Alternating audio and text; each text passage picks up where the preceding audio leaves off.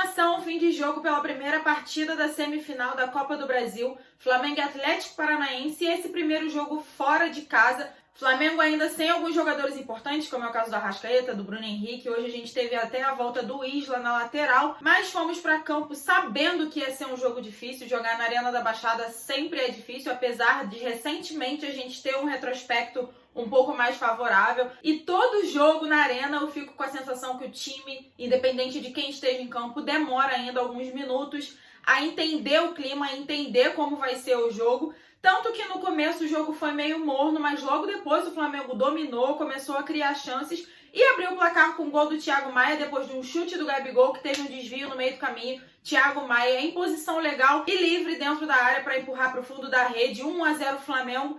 Depois disso, eu acho que o Atlético sentiu o gol e o Flamengo dominou completamente o campo. O Diego Alves não precisou trabalhar e era nessa hora que o Flamengo tinha que ir para cima, tinha que jogar a bola no Michael, que foi um dos poucos que tentou alguma coisa hoje, mas isso não aconteceu. O Atlético voltou a equilibrar o jogo começou a ficar mais pegado. O juiz, que chegou até a ser elogiado na transmissão, me deixou um pouco confusa, porque umas faltas que a gente achava que ele ia dar, ele não dava, outras que a gente achava que ele não ia dar, ele dava, e isso valendo pro Flamengo e pro Atlético. Fomos pro intervalo e logo no comecinho do segundo tempo, o Flamengo dormiu, tomou o gol de empate. O Flamengo não conseguiu se encontrar em boa parte do segundo tempo e o Atlético acabou virando o jogo depois, o cara subindo no meio da defesa do Flamengo sem dificuldade nenhuma. E aí sim o Flamengo realmente não se encontrou, tudo muito embolado. Everton Ribeiro, eu não entendo como hoje ele ficou 90 minutos em campo. Para mim foi um dos piores da partida. E assim como não entendo ele ter ficado em campo, também não entendo o Renato Gaúcho ter tirado o Michael, que foi um dos poucos jogadores que estava minimamente bem na partida, mas foi substituído.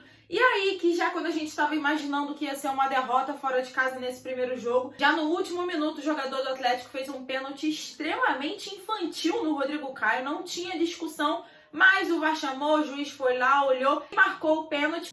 Pênalti, inclusive, muito parecido com o que não foi marcado no último jogo pelo Brasileirão, Flamengo e Cuiabá no Maracanã. Uma jogada muito parecida em cima do Vitinho, não foi marcado pênalti, o VAR nem chamou. E hoje o VAR chamou, o pênalti foi dado. A gente não entende qual é o critério da arbitragem brasileira, porque todo mundo achou pênalti no Vitinho, todo mundo achou pênalti hoje no Rodrigo Caio, mas só hoje foi dado. Graças a Deus o Pedro converteu, então a gente não sai de campo com a derrota, 2-2 fora de casa nesse primeiro jogo. Mas é claro que quarta-feira que vem no Maracanã a postura tem que ser outra. Incomoda demais ver alguns momentos do jogo do Flamengo que parece que o time não funciona, fica sem criatividade. No jogo contra o Cuiabá foi de dar nos nervos e esse final de jogo contra o Atlético também foi de dar nos nervos. No meio do caminho a gente tem um Fla-Flu no Maracanã com as duas torcidas, o mando é do Fluminense, mas vai ter torcida do Flamengo também. E quarta-feira, dia 27, o jogo da volta Flamengo Atlético no Maracanã, 9h30 da noite. Se você que está assistindo esse vídeo pode ir pro jogo, vambora, vamos apoiar o time, vamos fazer a nossa parte